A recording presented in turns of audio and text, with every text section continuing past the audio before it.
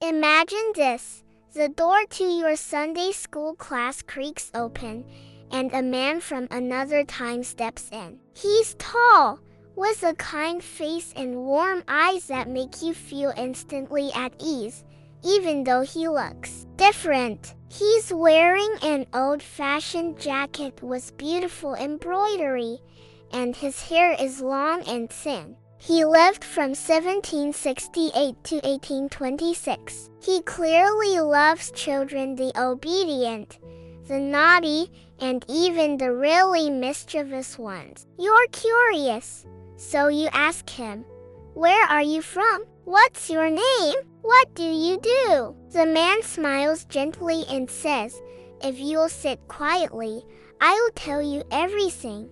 He begins his story. "Many of you go to school, right? Well, when I was 10, I was forbidden to go. My father declared, 'Enough studying. It's time you learn the trade.' That was devastating news for me. I loved to read, but I knew so little. And my father's work? Oh, it was so boring. He was a hairdresser. Day after day, I powdered wigs, delivered them, and handed my father curling tongs. Seeing all those noblemen in their white wigs, sitting perfectly still, I couldn't imagine a duller job. Luckily, we lived in the port city of Danzig, which is now Gdańsk in Poland. I'd often run down to the sea and watch the huge sailing ships, their sails catching the wind, heading off to faraway lands. The older I got,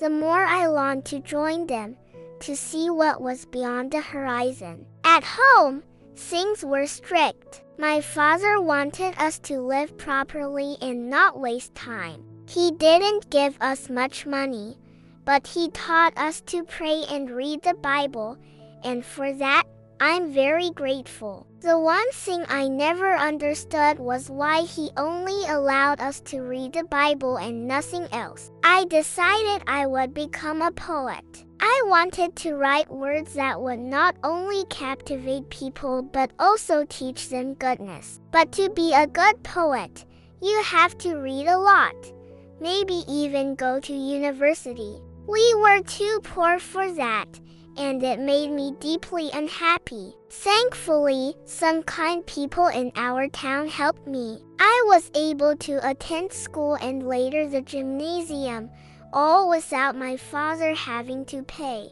I loved my lessons, but I loved the holidays even more, especially skating in the winter. One day, my brother and I were skating on the Vistula River when we nearly fell through a hole in the ice. I was rescued just in time, but I was so cold I had to stay in bed for days. While I was recovering, an old woman came to my room, placed her hand on my head, and said, "God was with you. He will not abandon you. I am sure God has chosen you for service." Those words filled me with such warmth and joy. I remember them my whole life. It was then that I decided to become a pastor. After school, I wanted to study at the University of Hell. The town authorities of Danzig even promised to pay for my education. But university life wasn't what I imagined. Some professors treated God's word lightly,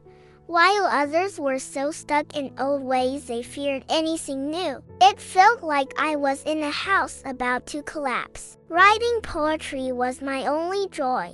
I wrote funny little stories and plays, but they always contained a grain of truth that upset proud people. Later, I met famous writers whose books I had secretly read as a boy. I no longer wanted to be a pastor, so the town council stopped sending me money. I was very poor, but the famous writer Christoph Martin Wieland helped me. He suggested I move to Weimar and work as a freelance writer. There, I lived among scholars I admired. I wrote cheerful poems, and my wife, Caroline, and I would go to the court theater. My comedic puppet shows were a huge hit after the main plays. People laughed until they cried. But then, war came. The war between France and Germany brought so much suffering.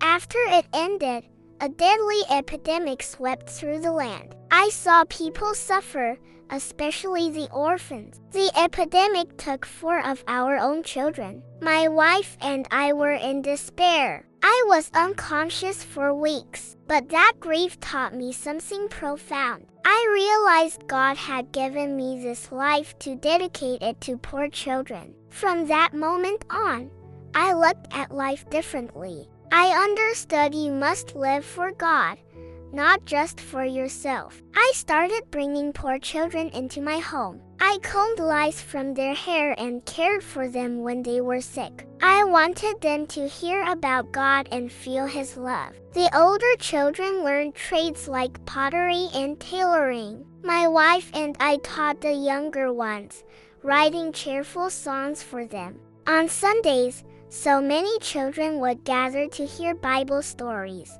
pray, and sing. One of the songs I wrote goes like this: full of goodness, full of joy, the gracious Christmas day. The world was weary with sin, Christ is born, a day of celebration for all believers. When you sing it, think of the orphans. Remember that God gave you eyes, ears, hands, and feet to bring joy to others. God taught me to use my gifts boldly, and I am so grateful to Him for a new life.